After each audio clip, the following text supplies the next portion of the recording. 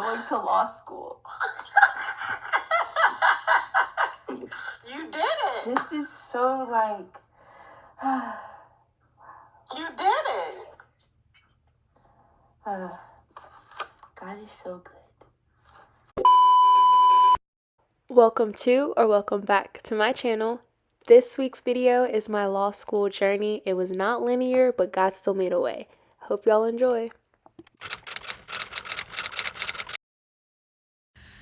Okay, y'all, wanted to give you a little of a Lsat update. So I'm about 8 weeks into my course, and we had to take another exam, like a full-length test. And the instructors said to not let this discourage you because a lot of people do worse on their second exam. Very few people like actually increase. So my points did go down. Okay, here's the biggest thing. Like, I've been like doing the concepts and stuff, but the timing, I was way too slow. One, reading comprehension was really, really slow. And then I thought I was eating the games up. But I got like kind of not exactly, I got a maybe half of the games right. The last section I was just guessing, so I mean you only can do but so much when you guess. Kind of like I don't feel defeated because I know it's common, but it's like, dang, I did not enjoy this experience.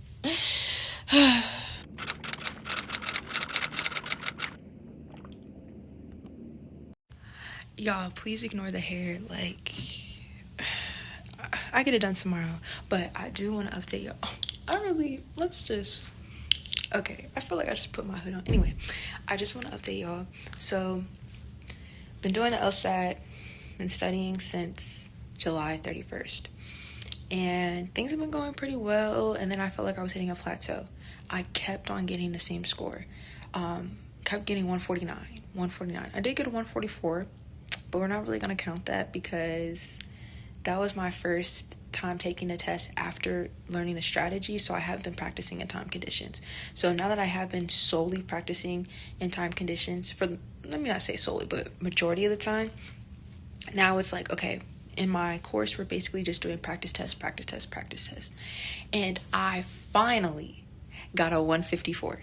Y'all, I have a 154, and I'm this much closer to getting to my goal score. Like, I really went from this far from being about this far.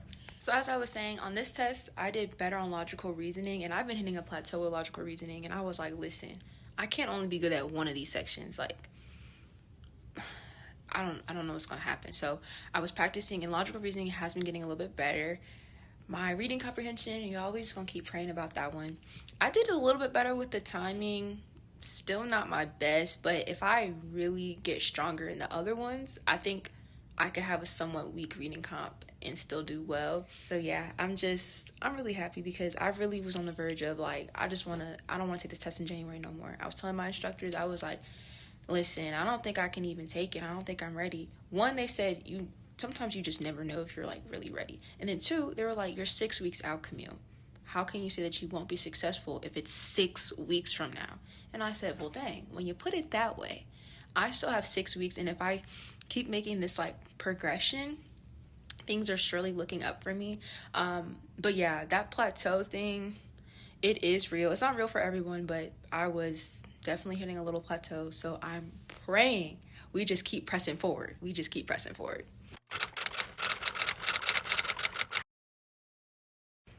Hey y'all, so it is December 13th, and today was my final day of my Lsat course. I did take the Blueprint course, and I also signed up for my testing location, so I do plan on taking the January Lsat.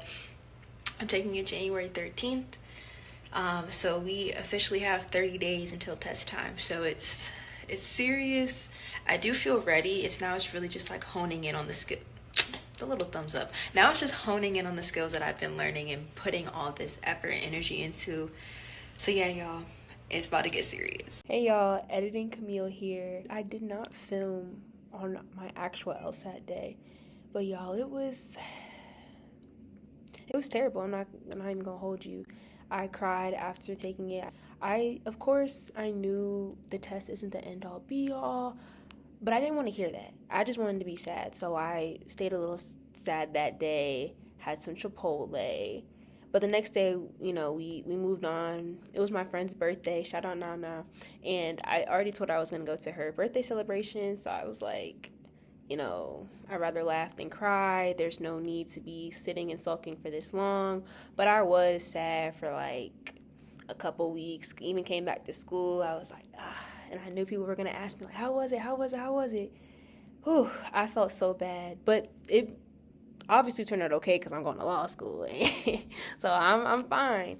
But in that moment, I wasn't really having it. I'll make a whole separate video about the Lsat and what the Lord was telling me about that specifically as well. But that's neither here nor there. I just want to come on here to say, like, I didn't skip it. I just didn't film it. And I also, like, I don't film myself crying anyway. Like, I never... Let me just hop off here.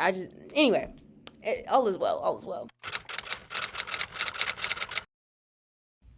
Hey, y'all. It is March 15th, and I'm looking at Georgetown because for my spring break, I took a trip earlier in the break, but then I came back home to Maryland and I wanted to look at the DC schools. So I am touring Georgetown. So how Georgetown does it, they do self-guided tours, but you can still talk to an admissions counselor. So that's the plan. Yeah, I'm just very excited. I just feel like, I don't know, like starting the process again. As when you apply to college, you get all excited. Of course, there's a big truck, but now it's like, oh my gosh, law school. Like, it's getting real, y'all. It's getting real.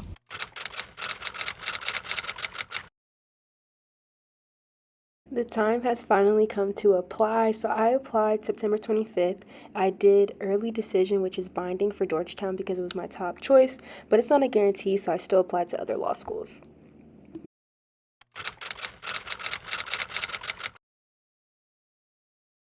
I went home earlier this week because I got invited to do an interview with Georgetown. It was an in-person interview. They only were doing 2 in-person interviews.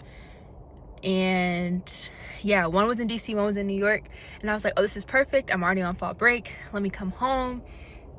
It went well. I wasn't really like too nervous, and it was more like interactive than I thought it was going to be. It is a group style interview, but everyone had a chance to speak. Sometimes he directed us to speak. Other times it was kind of like, open forum. Anyone can kind of just pitch in. And yeah, I just wanted to document this portion of the application cycle. Everyone does not do interviews, but Georgetown does. But everyone does not get selected for an interview. Just because you weren't selected does not mean you're automatically not going to get in. However, I have been told that if you do get selected, it's a good sign. So yeah, I'm just very excited. The interview was with Dean Andy, by the way. Sometimes they're with alumni, but he also does some interviews. So I was talking to him and he was like, you won't get a decision until November. So I'm like, okay, I'm gonna wait till then. I honestly wasn't really tripping, but y'all, November is in like a couple weeks. So it's getting very real. Of course, I'm taking this day by day, but after I submitted my applications, I'm taking the advice of my good sis Naya, who says that once I submit it, I need to truly like submit it to God. So I haven't really been thinking about my application since after I submitted it because there's nothing I can do. Literally nothing. I mean, I guess you could email them if you really wanted to, but I have to give it to God and just trusting Him throughout this whole process. It's time. Okay, y'all, the date is October 25th. I got an email from Georgetown. I think it said October 24th, but I just happened to be like checking my email. I don't know why, but I was checking my email on my iPad and I saw something from Georgetown. So I closed my iPad, literally got ready for the day, and I was like, okay, this is the exact moment. So this is me before the decision. Like, there's nothing else I can really do. Like, I already submitted everything, and then I submitted it to the Lord, and I literally told God, if I'm not supposed to be here, reject me. Like, I'm too hard-headed for this. Like, oh, no. Literally tell me so plainly that I'm not supposed to be here. Like, just send the rejection letter. We'll get over it. I know I can. But yeah, so I'm very excited to open the letter. I'm waiting to call my parents. I called my parents. They're both in a meeting. I be forgetting that they work. So yeah, we're gonna wait until they're out of their meeting. But yeah, I'm very excited. All I can just say is that, like, Lord, let your will be done. I prayed over that when I was submitting my applications, because I know that would be like truly my best foot forward, and I gave it my all. And the outcome of it, I know at the end of the day, he's going to get all the glory, all the honor, and all the praise, regardless of what the decision is. Because I couldn't have done it without him. Like, literally, his strength got me through. Shoot, I know his favor will get me through. Oh, it says congratulations. What? Oh my gosh! So you got in? Yes! Wow! Congratulations! Oh, there's a little video. We can't wait till you join us next fall. Welcome to Georgetown. That's so nice. That was Personal. a personal one. And he knew I went to the interview. I'm going to law school. You did it! This is so like You did it! God is so good. It was a good sign when you got that interview. Yeah. I knew it was a good sign. I'm so happy you got in your number one choice for Spelman and now Yeah. Georgetown.